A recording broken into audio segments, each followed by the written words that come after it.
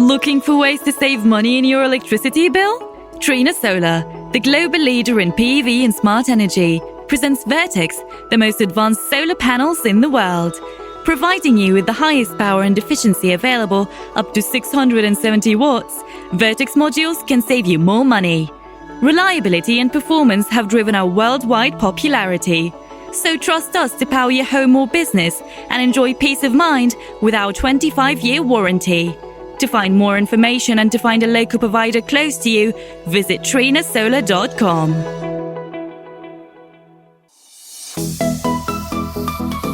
Dear friends and listeners, welcome to a new episode of Energizing Africa.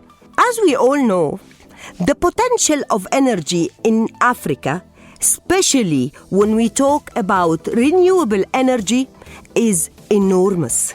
Yet, only a fraction of it is being currently utilized. And Energizing Africa is a talk show that's brought to you by Trina Solar, the world's leader in PV solutions. And Energizing Africa is designed to help African states to take this decisive action and turn around the narrative to light up and power Africa, to accelerate the pace of economic transformation, to unlock the potential of business, and to drive much needed activities and industrialization to create jobs across Africa. And today, we're going to tackle the usage of renewable energy, of solar energy, in a very specific sector, in a very critical and important sector in Africa, which is the residential sector. And as we know, every episode we are being joined by an expert from Trina Solar, who is going to walk us through the scene, how the technology is helping us to better utilize the resources we have across Africa at each and every sector.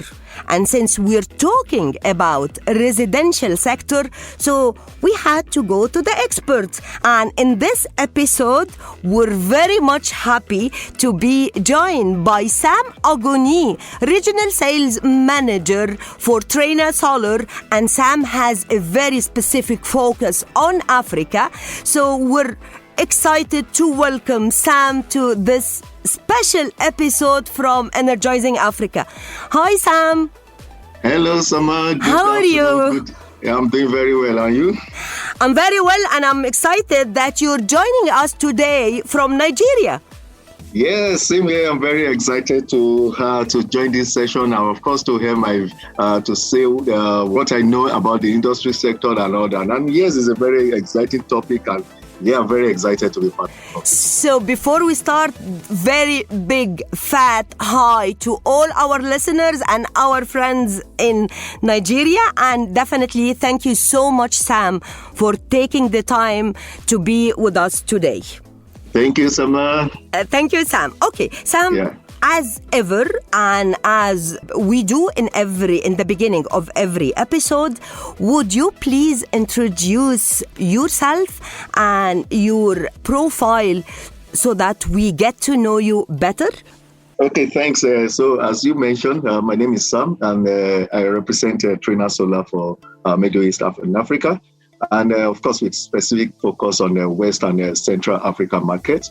So I think my solar journey, my solar experience started about 6 years ago.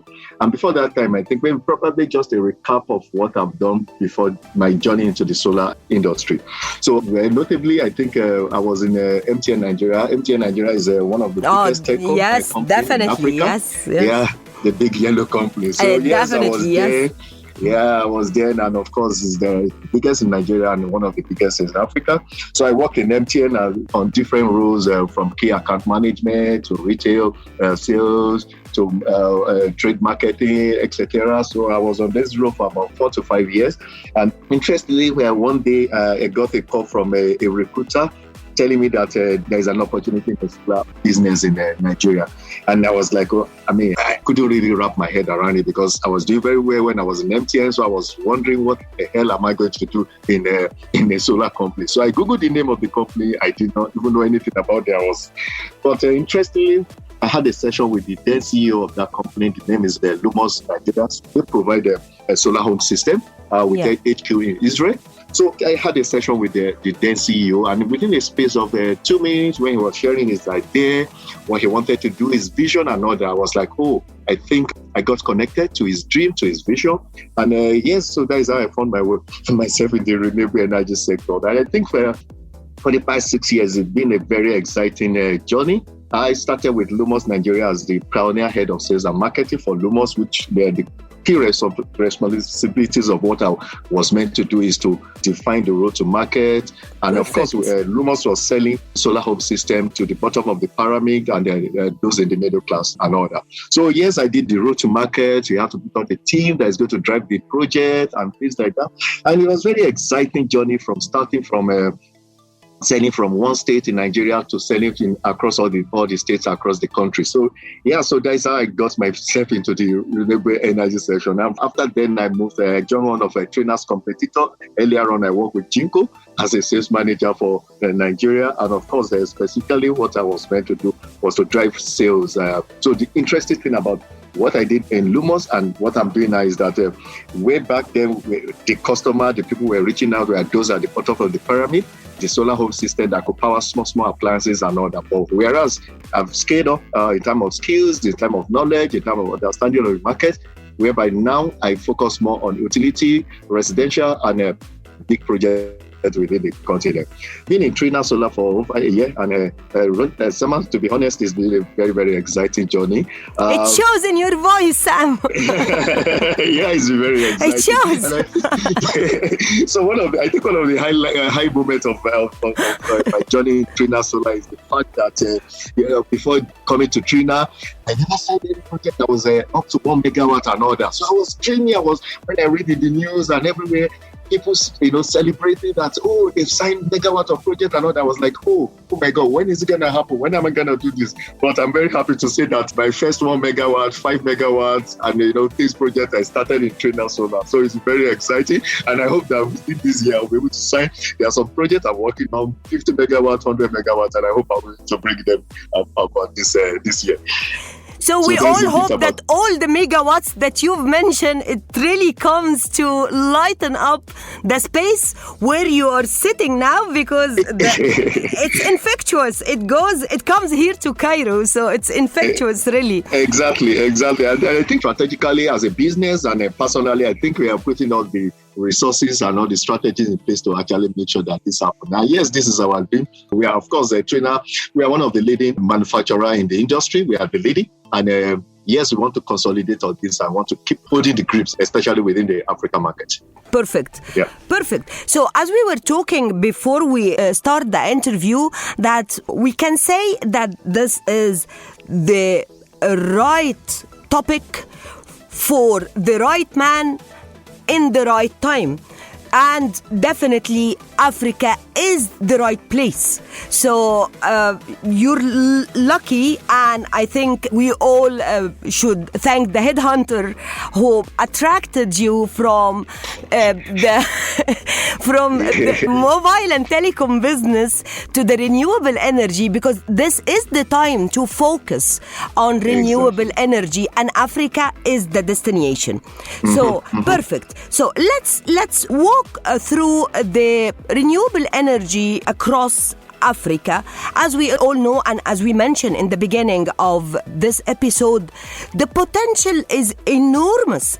So what are the challenges that face Africa and that is kind of hinder Africa from realizing the potential and utilizing all this capacity that we enjoy?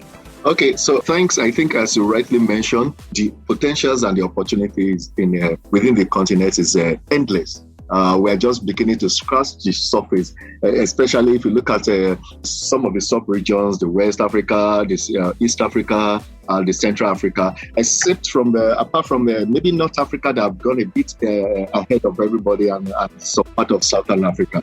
So the opportunity is endless. And again, we are just scratching the surface.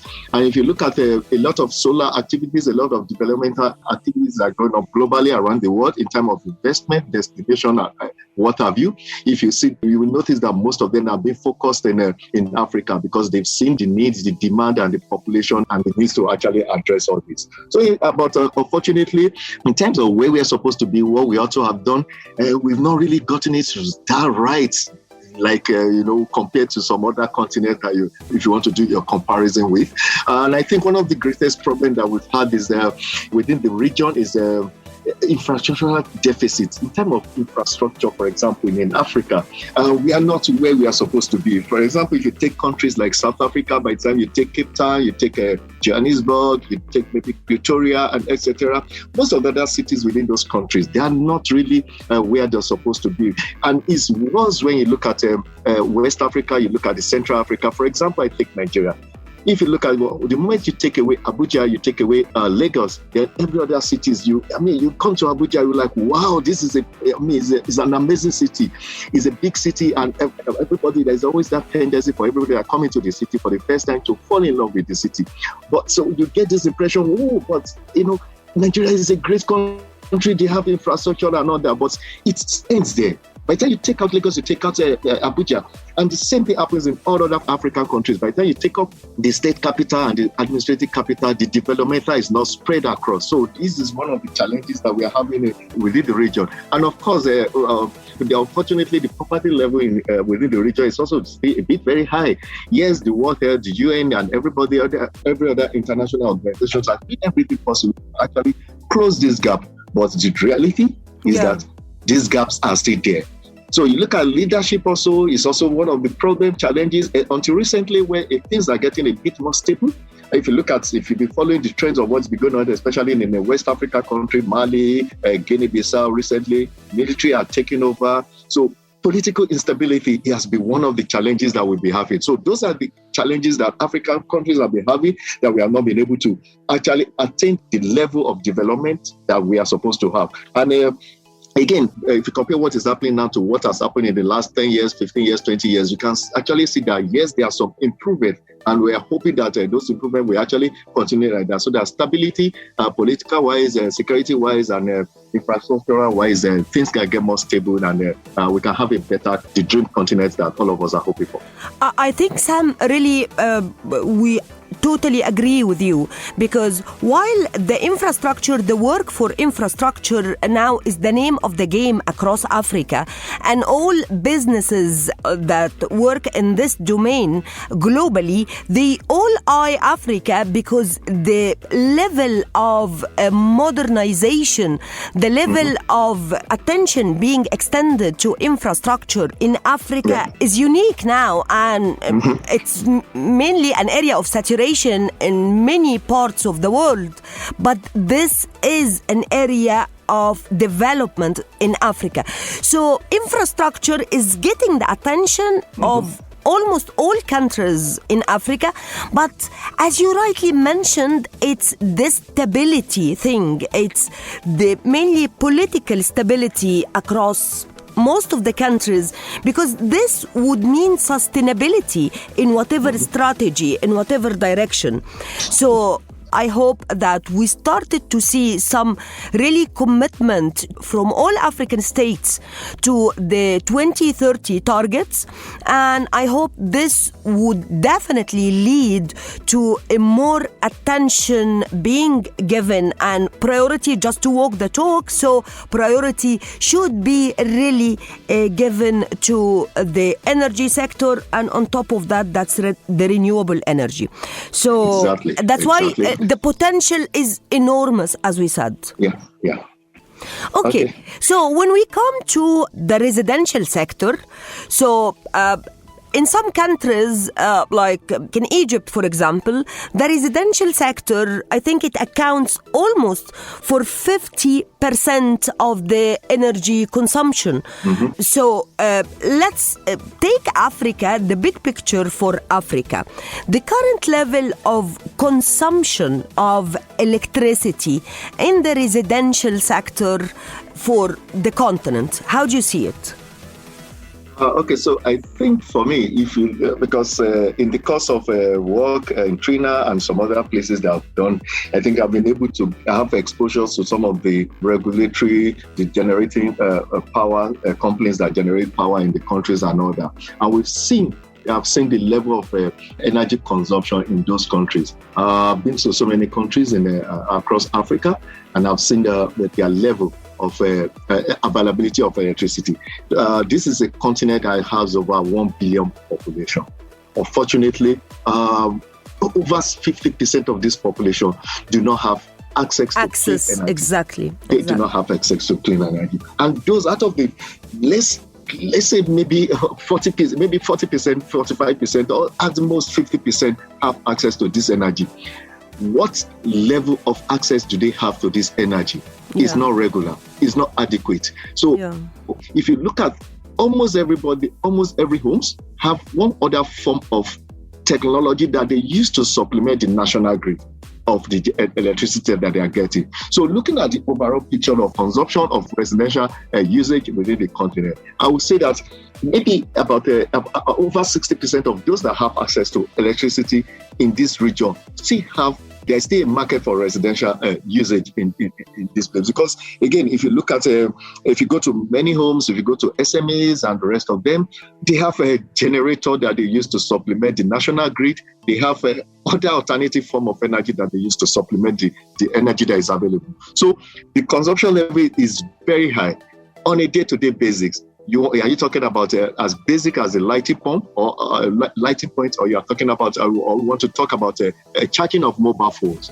And if you notice that most of these African homes, we kind of operate a kind of extended family system, whereby you have parents, you have grandparents coming to people to stay with, to children to stay with them and what have you. So when they are home, what are they doing? They need light to be able to watch TV. They need light to be able to do basic things. And of course, if you take it a bit further, the continents, when we are about starting this program, we talked about the weather condition and things like that. So the temperature in most of the part of the countries, most countries in the continent is a bit high. It's high temperature. And so we need a cooling system to be able to be able to live some certain level of standard that is expected from people. Yes. So refrigerator, air conditioning, and charging of mobile phones, lighting points, those are the things that we run on a daily basis across every homes within the continent. So if you look at them, I would say that about 60% of homes, of those that even have access, we don't even want to talk about the 50% of the entire population that even access at all to this. Yeah, so as I was saying, so if you look at the continent, we said earlier on that 50% of those within the continent don't even have access to energy. Then if we break it down further, we'll discover that out of the 50% that have access, they don't have absolute access. What is the level of access that they have? Maybe probably in some places, they have 2 hours, 3 hours, 4 hours of electricity in a day.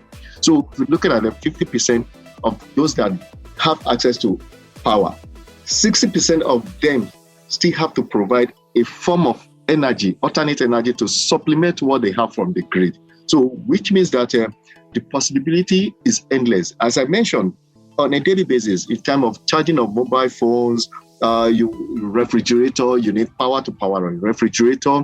The weather climate condition is very hot, so you need to power your cooling system and things like that. So the opportunity and the potential within the continent is huge and is almost endless. And I'm sure within the next 20 years, 30 years, even if we take concerted effort to fix it every day, the opportunities are going to still be there for us to fix. Okay, so Sam, I was really trying to listen not only as like a host in a talk show, but I was listening as a consumer myself. Yeah. So the consumption of energy at our houses We use energy, of course, like for space and water heating. That's if you are in the north part where in the winter it's getting really tough. So, or space cooling or cooking, lighting, appliances, and all the other usage, internet, and whatever level of connectivities and usage that. Yeah. But now, why we should use solar energy? Of course, as businesses, we have commitment to to ease our footprint on the planet, on the environment, and so on. So as businesses, we have commitment, we have targets to reduce, as we said, emissions and footprint and so on. Mm-hmm. But as individuals, we all know we are moved by the bills. So. Mm-hmm. In terms of impact on the budget, our own personal budget. So why I should move to solar energy? What kind of saving that solar energy is going to offer at the end of the month for us? Okay, so I think anytime I hear this and anytime I have the opportunity to have a conversation with any consumer or any end user, as the case may be, and questions like this pop up, the first thing that comes to my mind is that if you look at the other alternative source of energy that we have at home, let's take generator, for example. On a daily basis, you have to buy diesel or you have to buy gas to be running the generator on a daily basis. So which means that you're actually spending, and again, you recall that at the beginning of this session, I said one of the challenges that we're having in Africa is poverty, because the spending power is not really there. Exactly. So just imagine you taking out of the little that you have, you want to use it to spend it on a daily basis on energy, on alternative energy that is not even clean. So one of the first thing is that it saves you that cost, that daily expenses that you need to be making to fuel your generator and all that. So invariably, you can take this extra fund and inject it in some other aspect of your family needs on a daily basis. And of course, if you look beyond that, maintenance is another area that you are going to save a lot, because practically there's in the sector, there's this general saying that the cost of maintaining a solar energy is almost zero. When you say almost zero, is not something that you are going to be doing on a daily basis or on a monthly basis. Maybe probably 2 years, 3 years, maybe you need to take the battery, maybe there's a problem with your inverter and things like that. But on the contrary, generator, again, if you want to compare it with a genset, apart from you running it every day with diesel, with oil and all that, then there's a need for you to be servicing it for the monthly basis, or else it's not going to serve you better. So the money that you ordinarily you'll have used if you are using those other technology, then you can save that money and use it for some other things at home. So in terms of savings, yes, and of course, we cannot shy away from the fact that the resources, the natural resources to actually generate this, which is the sun, is abundantly available within the continent. There are some part of within the continent that the sun is almost like 12 hours in a day and all that. So the natural resources is readily available. And of course, you have a control over your power consumption when you use solar. I think since I've been in the solar industry, I've been able to learn very well that the power of managing your energy on a daily basis. You are going out in the morning. There's nobody at home. Switch off all the appliances that is not in use. You're in your living room. Yeah. There's nobody in the other room. You can switch it off and all that. So because this is actually helps you to manage your electricity consumption and all that. And of course, it saves you a lot of as I've mentioned. Then of course, we cannot shy away from the fact that the environmental importance of this. The other technology that you have, there's going to be emission, there's going to be pollutants and what have you. But here we are talking about clean energy. So it helps the environment, it helps the individual to save more money, and at the end of the day, it helps the society. And yes, the world will be a better place. But still, I agree with all what you're saying, Sam. But really, from an end user perspective, there is still a missing piece. I don't know. I will give you an example. In the building where we have our headquarters, our office as CBR, we have migrated to the solar energy, and really the entire building, and it was like almost 1 month of like infrastructure to set it up. Exactly. But till now it's not working. I don't know what, boy, it's not working, and till now it's not working. So there is still a missing piece of the puzzle, that the well is there, the infrastructure more or less is there. If we're taking some countries in Egypt, there is a big commitment, and we have the Bimban definitely project in Morocco, in other countries in Africa as well. So still there is it's a new way it's of an evolving technology. Exactly, it's a new culture. It's a new culture. So, so first and foremost, I'm surprised that you have one that is not really working. So maybe really, after this call, we can take it offline after that, because I'm really interested to see why this is not working. I was so proud of that, but not yet working. It's so unfortunate. But again, if you take some steps backward and look at this solar journey in Africa, prior to this time, 15 years ago, 20 years ago, 30 years ago, I think the solar project that I grew up knowing are those street lights that were commissioned by the government that will never work.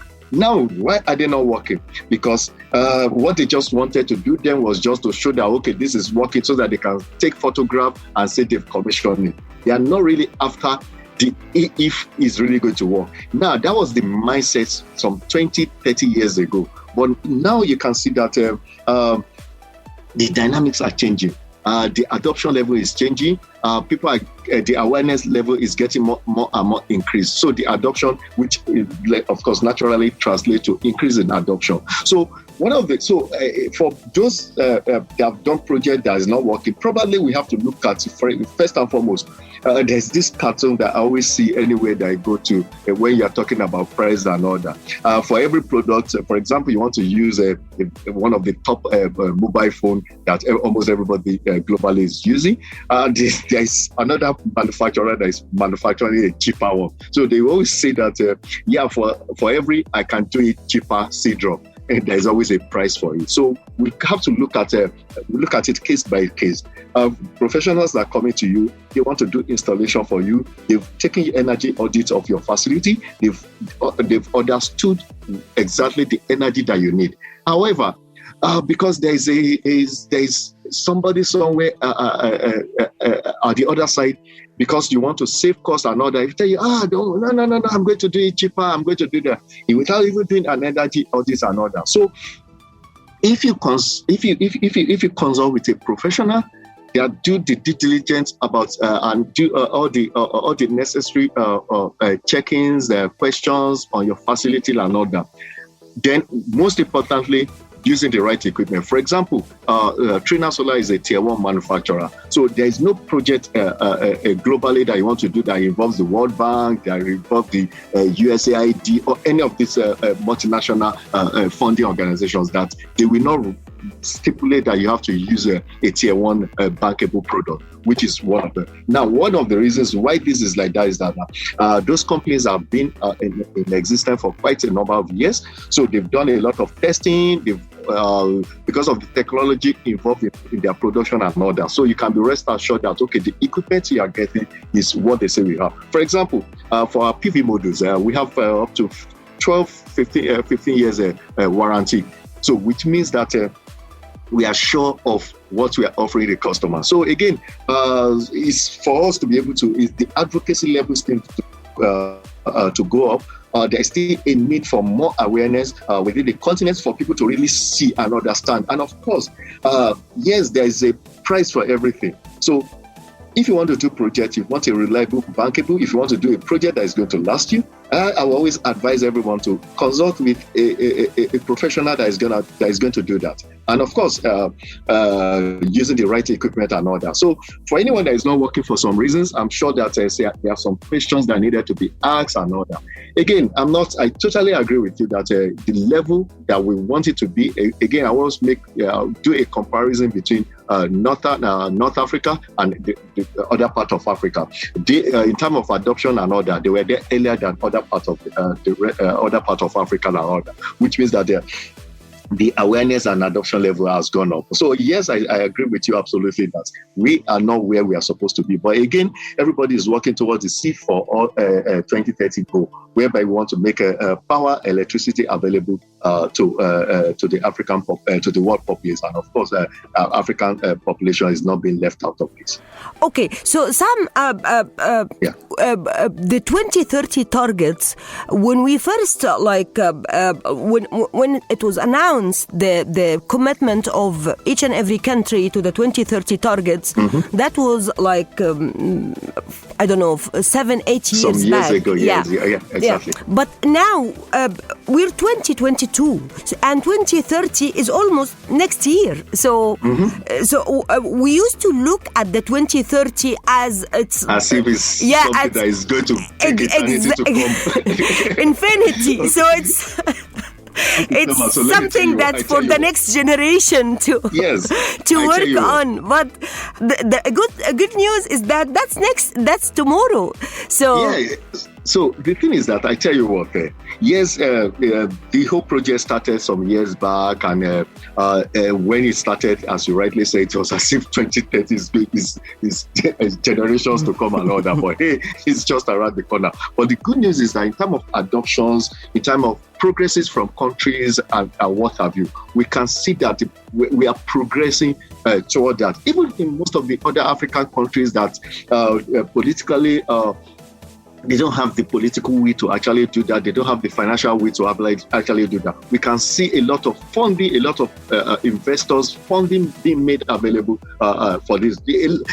Almost all the countries have set up a rural electrification agency, for example, which is in charge of providing power for the people in the rural community and all that. So, and of course, the World Bank, there are a lot of grants, there are a lot of funding that is being made available to this. So, again, if you look at some countries, I give you, for example, if you look at the Democratic Republic of Congo, before now, they were not really doing anything in terms of a solar project and all that. But from the feelers that is coming in from the industry, and because of the activities that is going on in that country, most likely within this West Africa, Central Africa sub-region, it is one of the countries that is going to get to that gigawatt club, whereby they have a project that is going to be about 1 gigawatt. So we are already approaching that. And we have some other countries.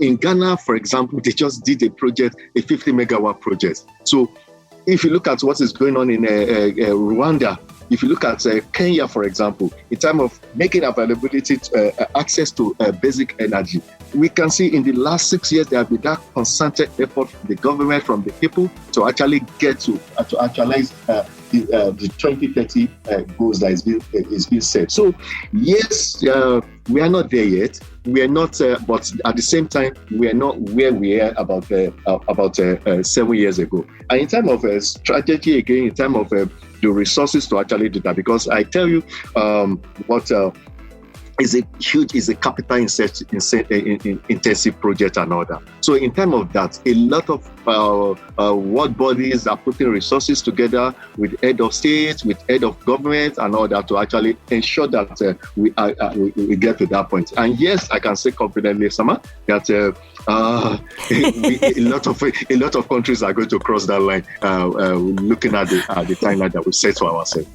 Yeah. Sam, if I'm asking you, where do you see the next success story in the transformation or the adoption of solar energy, dependency on solar energy? Okay. Well, you've mentioned some very good, bright examples in Congo, in Rwanda.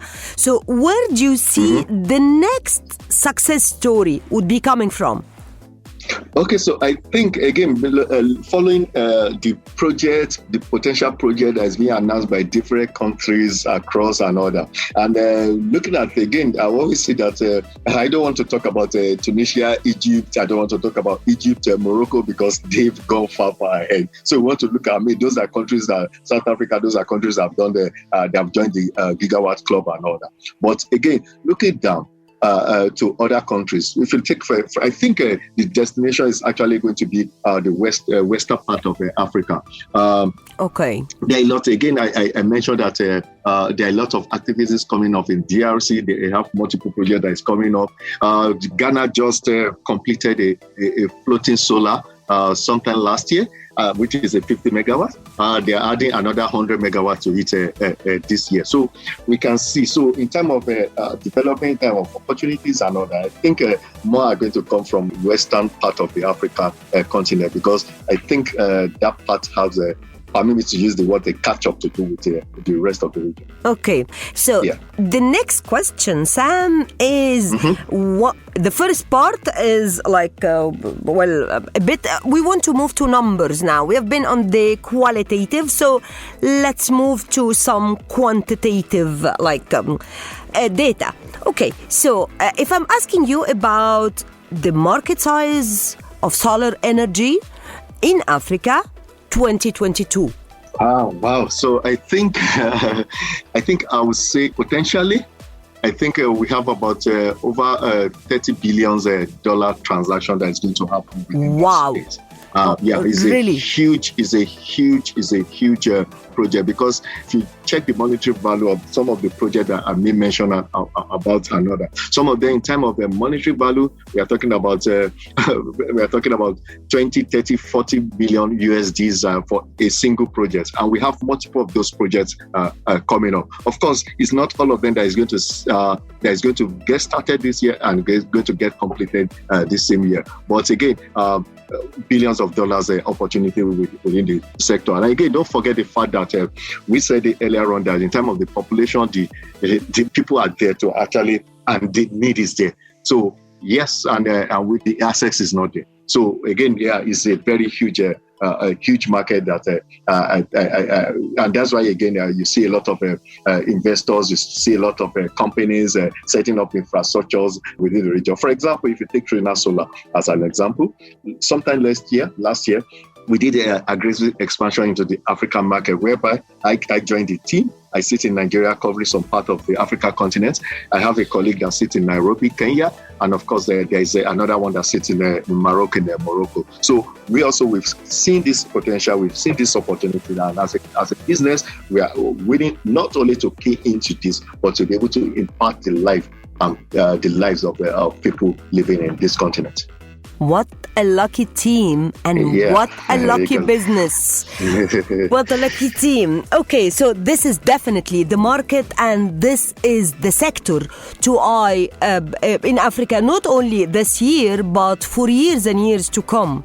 Exactly. Oh, wow. Sam, really, thank you so much. Thank you so much. Thanks, I have just one last final question, but it's tricky. Bit tricky. Okay. So okay. Get ready. So let's have it. I hope I'm able to just to warm up.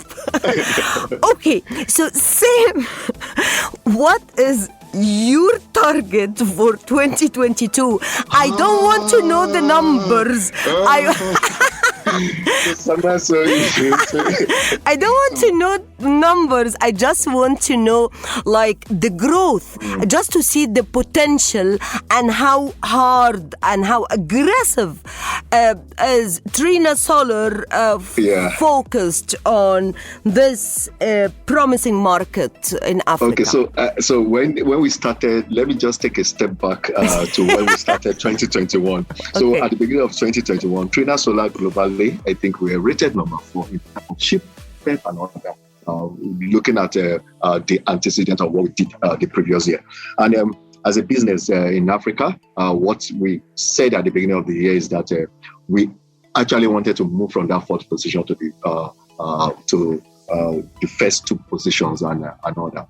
And we have to put heads together. We have to strategize. We have to look at the market trends and all that. And I'm happy to say that that target that we set for ourselves, we are able to achieve it. And for this year, for us at Trina, is either number one or nothing. And of course, if you look at the technology, for example, in terms of PV modules, the cell size, we have the gold standard in the market right away. What we have, the 220 ml cell, no any other person has it. Yeah, you heard a lot of things from competitors telling why not the 210 ml. But the good thing is that somewhere you go and write it down within the next few months. All those people that have said that it's not the best technology, they are coming to join. All of them are going to join. Just the same way where we stopped producing poly PV modules for the market. A lot of competitors, they still wanted to keep in touch with those that use a poly module, but we said it at that time that everybody is going to move away from poly. And I can tell you all the top 10 brand manufacturers don't produce poly anymore. So the same thing, we are the industry leader. We set the standard. And if you look at the power bin also that we have available in the market now, we have as high as 670 watt panel, which also within the industry, I think we are the leading in that sector. So technological wise, we are leading in terms of innovation, in terms of bringing out new innovation to the system, to the market. We are also leading in that. And of course, so the target is to consolidate on that leading position and to maintain that number one position. Well, I can't be happier that I'm just talking to such an energetic and such a believer in what he does. Really, Sam, thank you so much.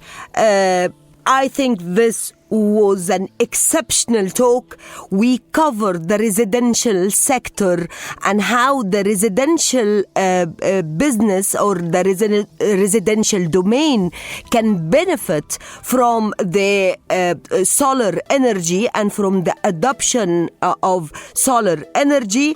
I think we were lucky to have one of those experts who really believe in what they are doing.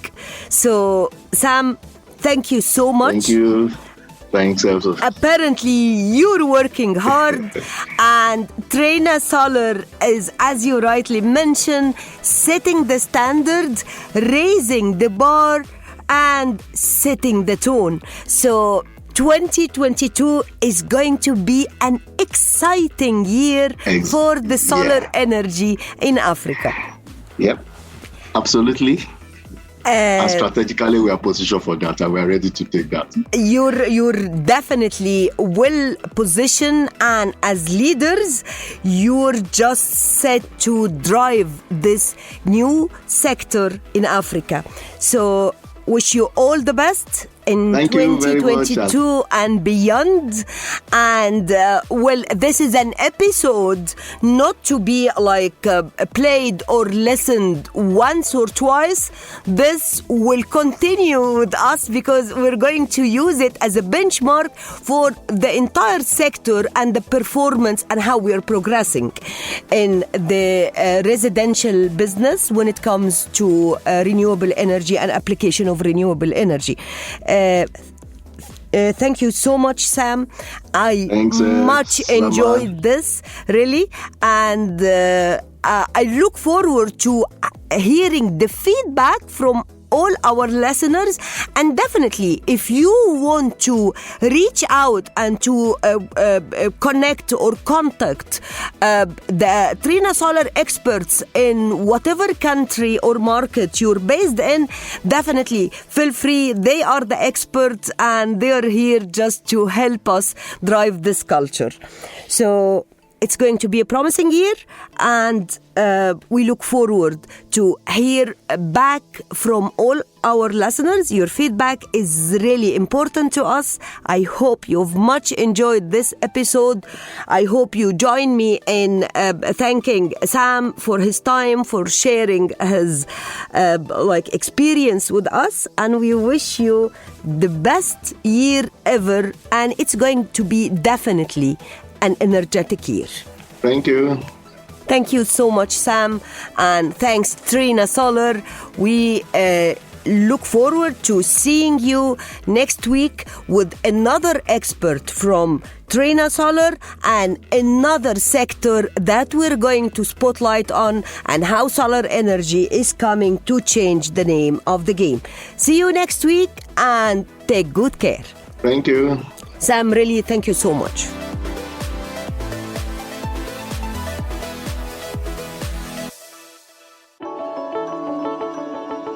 Looking for ways to save money in your electricity bill? Trina Solar, the global leader in PV and smart energy, presents Vertex, the most advanced solar panels in the world.